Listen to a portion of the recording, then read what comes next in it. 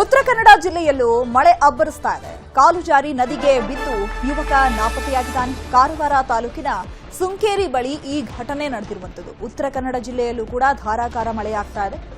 ಕಾಲು ಜಾರಿ ನದಿಗೆ ಬಿದ್ದಿದ್ದಾನೆ ಯುವಕ, ಸದ್ಯಕ್ಕೆ ನಾಪತ್ತೆಯಾಗಿದ್ದಾನೆ. ಕಾರವಾರ ತಾಲೂಕಿನ ಸುಂಕೇರಿ ಬಳಿ ಈ ಘಟನೆ ನಡೆದಿರೋದು.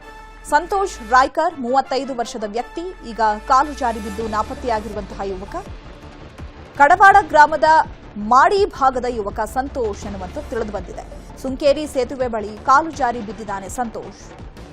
ಅಗ್ನಿಶಾಮಕ ದಳ ಮತ್ತು ಪೊಲೀಸರಿಂದ ಹುಡುಕಾಟವನ್ನ ಕೂಡ ನಡೆಸಲಾಗ್ತಾ ಇದೆ. ಬೋಟ್ ಸಹಾಯದಿಂದ ನದಿ ಹಿನ್ನೀರಿನಲ್ಲಿ ಹುಡುಕಾಟದ ಕಾರ್ಯಾಚರಣೆ ಮುಂದುವರೆದಿದೆ. ಕಾರವಾರ ಗ್ರಾಮೀಣ ಠಾಣಾ ವ್ಯಾಪ್ತಿಯಲ್ಲಿ ಈ ಘಟನೆ ನಡೆದಿರುವಂತದ್ದು.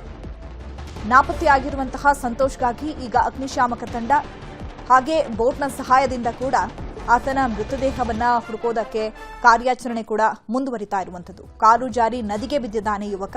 ಆ ಯುವಕ ಈಗ ನಾಪತ್ತೆಯಾಗಿರುವಂತದ್ದು. ಯುವಕ ಸಂತೋಷ್ ರಾಯ್ಕರ್ ಈಗ ನಾಪತ್ತೆಯಾಗಿದ್ದಾನೆ. ಆತನಿಗಾಗಿ ಶೋಧ ಕಾರ್ಯವನ್ನ ಕೂಡ ನಡೆಸಲಾಗ್ತಾ ಇದೆ.